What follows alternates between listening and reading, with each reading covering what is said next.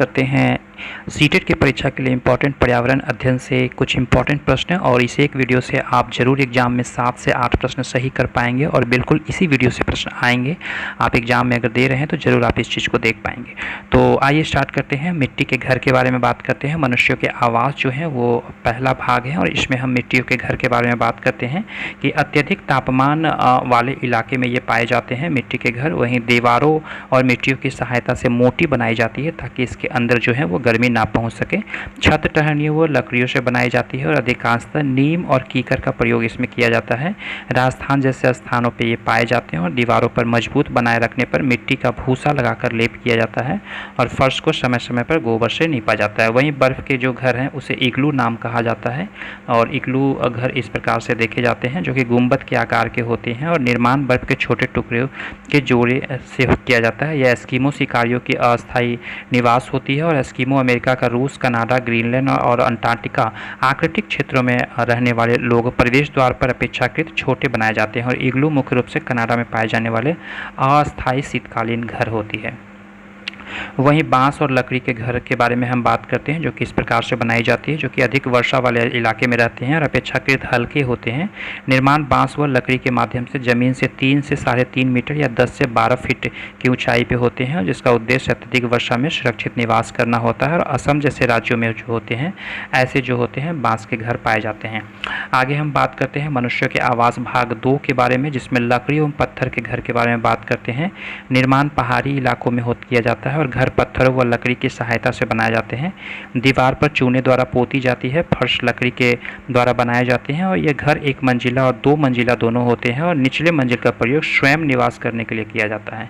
ये घर हिमाचल प्रदेश, लद्दाख में पाए जाते हैं और हिमाचल प्रदेश में अधिकांशतः घरों के छत ढालू होते हैं जबकि लद्दाख में समतल भी होते हैं। लद्दाख में छतों का प्रयोग अनाजों को सुखाने के लिए भी किया जाता है। हाउस बोट इसे तैरता हुआ घर भी कहा जाता है और यह अधिकांशतः 2 मंजिला होता है और इसमें सजावट और सुंदर नक्काशी की जाती है जिसका उद्देश्य पर्यटकों को आकर्षित करना है। समानतः केरल और जम्मू कश्मीर में ऐसे जो हैं बोट पाए जाते हैं। वहीं डोंगे जो होते हैं इसे तैरता हुआ भी घर कहा जाता है और ये 1 मंजिला होते हैं और ऊपर से खुले होते हैं और इसका प्रयोग मछुआरों के द्वारा किया जाता है। पिग्मी जनजाति के निवास स्थान कांगो बेसिन के पिग्मी एक मानव प्रजाति है और इसका निवास क्षेत्र मध्य अफ्रीका की कांगो घाटी नदी घाटी है और इसका आवास अस्थायी होता है और जंगली जानवरों से बचने के लिए ये अपना आवास जो है वो वृक्षों पर भी बनाते हैं। आगे हम बात करते हैं विस्तृत भाग 2 में पक्षियों के आवास के बारे में जिससे कि रिपीटेड टाइम एग्जाम में ईवीएस से प्रश्न पूछे जाते हैं। सबसे पहले बात करते हैं चील। सबसे बड़ा घोंसला जो होता है वो चील पक्षी का होता है और इसका घोंसला सामान्यतः 4 फीट तक चौड़ा होता है। यह अपने घोंसलों के निर्माण हल्के निर्माण इलाके के सबसे ऊंचे पेड़ में सबसे ऊंची डाली पर करते हैं और ये अपने घोंसले का प्रयोग साल दर साल करते हैं। वहीं गिद्ध जो होते हैं गिद्ध अंडा देने के लिए चील के छोड़े गए घोंसलों का प्रयोग करता है और यह इलाके सुनसान पेड़ों पर घोंसले का निर्माण करता है। वहीं फाख्ता पक्षी जो है ये कबूतर प्रजाति का एक सुंदर पक्षी है। फाख्ता को ही घुघू पक्षी भी कहा जाता है। अब इसे याद रखेंगे। यह पक्षी अपना घोंसला झाड़ियों में बनाती है। फाख्ता पक्षी कैक्टस यानी नागफनी के कांटों के बीच अपना घोंसला बनाती है। आगे बात करते हैं कलचिरी पक्षी के बारे में जिसे इंडियन रोबिन के नाम से भी जाना जाता है और इसे अपना घोंसला ज़मीन पर बड़े पत्थर के बीच खाली जगह पर बनाती है और तथा उसी में वह अंडा देती है। वहीं गौरैया जो होती है वो गौरैया पक्षियों के पेसर वंश की एक जीव वैज्ञानिक जाति है और 20 मार्च को विश्व गौरैया दिवस मनाई जाती है। गौरैया अपना घोंसला घरों में जो खुले में स्थान में होता है वहाँ पे बनाती है। उल्लू दिन की अपेक्षा रात को अधिक स्पष्ट दिखाई देता है। ये अपने गर्दन जो है वो पूरी घुमा सकता है यानी कि गर्दन इनकी घूम जाती है। और जीवों का वर्गीकरण के बारे में बात करते हैं। मनुष्य के घरों में रहने वाले जीव में कुत्ता, बिल्ली, छिपकली, मच्छर, मकड़ी, चूहा, चींटी इत्यादि। जंगल में रहने वाले जीव शेर, हाथी, हिरण, गेंडा, बाघ, मोर, चिंपांजी, तेंदुआ, लकड़बग्घा और पेड़ पर रहने वाला जीव बंदर, स्लॉथ, लंगूर, पांडा तथा विभिन्न प्रकार के पक्षी जो होते हैं वो पेड़ पर रहते हैं। आगे पक्षियों के आवास के संबंध में बात करते हैं जिसमें दर्जन चिड़िया के बारे में बात करेंगे और ये भाग 1 है। 2 पत्तों के आपस में सीकर घोंसले का निर्माण करती है दर्जन चिड़िया और अंडे देती है। यह नाम उसका घोंसला बुनने के खास कला के कारण होती है। जुलाही पक्षी जिसे वीवर कहा जाता है और इस पक्षी का घोंसला लालटेन की तरह लटकता हुआ रहता है। बसंत गौरी यह पेड़ के तने में गहरा छेद बनाकर अंडा देती है। संत गौरी जो गर्मियों में टुक टुक करती रहती है।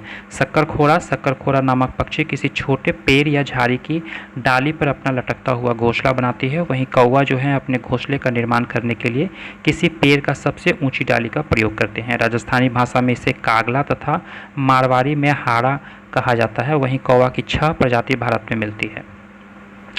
बात करते हैं कोयल के बारे में। कोयल अपने घोंसले का निर्माण नहीं करती है और यह कौवों के घोंसले में जो है वो अंडे देती है। कोयल भारत में कई जगह कविताओं में भी अच्छा प्रतीक माना जाता है और कोयल या कोकिल को कुकू कल का पक्षी कहा जाता है। शुतुरमुर्ग जमीन के गड्ढा खोदकर घोंसला का निर्माण करते हैं और अंडे देते हैं। आवश्यकता पड़ने पर 70 किलोमीटर प्रति घंटा की अधिकतम गति से वो दौड़ भी सकते हैं। आगे बात करते हैं पक्षियों की दुनिया। घोंसला का उद्देश्य और स्थान के बारे में। पक्षी केवल अंडा देने के लिए घोंसला बनाते हैं। जब अंडों को बच्चे निकल जाते हैं तो वह घोंसला छोड़कर उड़ जाते हैं। घोंसला छोड़कर पक्षी अलग अलग जगहों पर चले जाते हैं, जैसे पेड़, जमीन और पानी में। कोयल अपना घोंसला नहीं बनाती है। कोयल कौवों के घोंसले में अंडे देती है। कौवा अपने अंडों के साथ कोयल के अंडे को भी सेता है। कभी कभी कोयल कौवा को अंडे फेंक देती है और अपने अंडे रख देती है। कौवा पेड़ की सबसे ऊंची डाल पर घोंसला बनाते हैं और फाख्ता पक्षी कैक्टस के कांटों के बीच मेहंदी के पेड़ में घोंसला बनाती है। वहीं गौरैया अलमारी के ऊपर आईने के पीछे भी घोंसला बना लेती है। वहीं कबूतर पुराने मकान या खंडहर में घोंसला बनाती है। बसंत गौरी या गर्मियों में पेड़ों में टुक टुक करते हुए और पेड़ के तने में गहरा छेद बनाकर उसमें जो है वो अंडे देती है। आगे पेड़ पौधों के बारे में कुछ बात कर लेते हैं, जैसे कि सिनकोना जो होती है एक सदाबहार पादप है जो झाड़ी अथवा ऊंचे वृक्ष के रूप में उपजता है।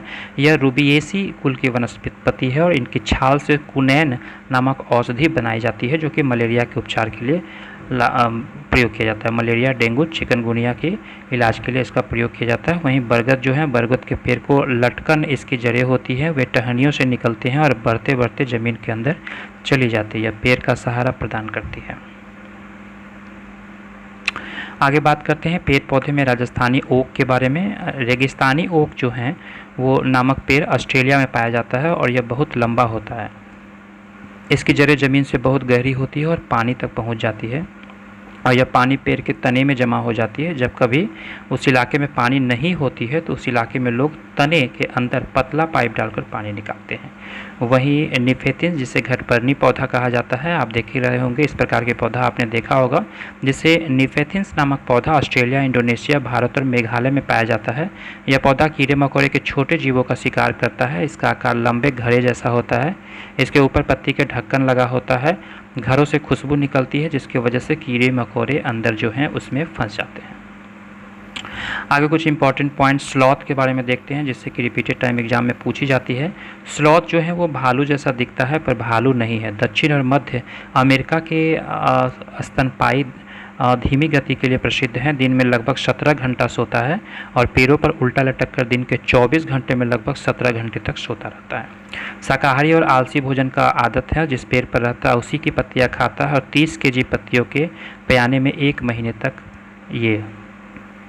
आगे बात करते हैं हाथी के बारे में कि एक वयस्क हाथी जो है वो 100 किलो पत्तियां खाता है और एक बड़ा हाथी एक दिन में 100 किलोग्राम से ज़्यादा तक टहनियों को खा सकता है। 3 महीने के हाथी के वजन जो होते हैं वो 200 किलो वजन होता है। वहीं यह एक महत्वपूर्ण भोजन की मात्रा 100 किलो के साथ ये शामिल है। वहीं केवल 2 से 4 घंटे तक हाथी सोता है। विशाल आकार के बावजूद बहुत कम आराम करते हैं और दिन में 2 से 4 घंटे ही जो है वो हाथी सोता है। आगे बात करते हैं बाघ के बारे में कि रातों में इंसान से 6 गुना बेहतर देख सकता है। बाघ की देखने की क्षमता रात के अंधेरे में मनुष्यों की तुलना में 6 गुना अधिक होती है। मूंछें हवा में कंपन को महसूस करती है। बहुत संवेदनशील मूंछें हवा में मामूली कंपन को महसूस करके शिकार का पता लगाता है। आगे चींटी के बारे में बात करते हैं। यह एक सामाजिक कीट है। बड़े समूहों वाली कॉलोनियों में रहती है और मिलकर ये काम करने की आदी होती है और ये एक कतार में, जैसे आप देख रहे हैं पिक्चर में, एक कतार में चींटी चलती है और ज़मीन पर एक विशेष प्रकार की गंध छोड़ती है जिसका अनुसरण करके पीछे वाली चींटियाँ जो हैं एक लाइन में चलती हैं। चींटियों के प्रकार और उनके काम। सनी चींटी जो है वो अंडे देती है। वहीं सरचिक चींटी आंद्रों की अंडों की देखभाल करती है। वहीं सैनिक चींटी घर की जो है वो रक्षा करती है। आगे बात करते हैं मधुमक्खी के बारे में। अंडे देने का सबसे अच्छा समय अक्टूबर से दिसंबर में होता है। मधुमक्खी पालन जो है वो एपीकल्चर शुरू करने के लिए सबसे उपयुक्त अवधि होता है। लीची के फूल फरवरी में खिलते हैं और ये मधुमक्खियों के पसंदीदा फूलों में से एक कहा जाता है। छत्ते 3 प्रकार की होती है मधुमक्खी की। रानी मक्खी जो है वो अंडे देती है, वही नर मक्खी जो होती है कोई विशेष काम नहीं करती है। श्रमिक मक्खी जो होती है वो रस इकट्ठा करती है। शहद बनाने में चीनी के शरबत का उपयोग किया जाता है। कृत्रिम बक्सों में मधुमक्खी पालते समय शहद बनाने में आसानी से चीनी का घोल जो होता है वो मिला दिया जाता है। आगे बात करते हैं स्लॉथ के बारे में। कुछ चीज़ रह गई थी, आप यहाँ पे देख लें कि सप्ताह में एक बार ये शौच करने के लिए नीचे उतरती है। धीमी गति से आलस के कारण केवल सप्ताह में एक बार पेड़ से नीचे आती है और धीमी गति और आलस के कारण केवल सप्ताह में एक बार पेड़ से नीचे आती है। वहीं बात करते हैं 40 साल का जीवन केवल 8 पैरों पर वह गुजारता है और अपने 40 वर्ष के जीवन काल में मुश्किल से 8 पैरों पर ही वो अपना निवास स्थान बदलता है। केवल 2 से 4 घंटे सोता है। विशाल आकार के बावजूद बहुत कम आराम करते हैं और केवल 2 से 4 घंटे के। कीचड़ और पानी में खेलना पसंद है। हाथी को मोटी त्वचा और ठंडा रहने के लिए पेड़ के पंखों की तरह काम करती है। झुंड का नेतृत्व जो होता है, ये प्रश्न पूछी जाती है। झुंड का नेतृत्व सबसे बुजुर्ग मादा हाथी करती है। झुंड में 10 से 12 मादा हाथी और बच्चे होते हैं और सबसे उम्रदराज हथनी जो होती है वो नेता होती है। तो कुछ बाघ के बारे में इंपॉर्टेंट पॉइंट रह गई थी कि पत्तों की सरसराहट और जानवर की हलचल में फ़र्क कर पड़ता है और सुनने की क्षमता इतनी तेज़ होती है कि पत्तों के हिलने और शिकार के चलने की आवाज़ में अंतर कर सकता है। दहाड़ 3 किलोमीटर तक दूर तक सुनी जाती है। गरजना बहुत शक्तिशाली होती है और 3 किलोमीटर की दूरी तक भी लोग इसे सुन लेते हैं। अपने क्षेत्र के मूत्र से चिन्हित करता है और इलाकों के मूत्र की गंध से चिन्हित करते हैं और दूसरे बाघों की उपस्थिति का पता लगाते हैं। तो ये कुछ इंपॉर्टेंट प्रश्न ईवीएस के थे। उम्मीद करता हूँ वीडियो आपको अच्छी लगी होगी और इस एक वीडियो से आपको 8 से 10 प्रश्न जरूर एग्जाम में मिल जाएंगे ईवीएस के। अगर चैनल पर नए हैं चैनल को जरूर सब्सक्राइब कर लें। वीडियो देखने के लिए धन्यवाद।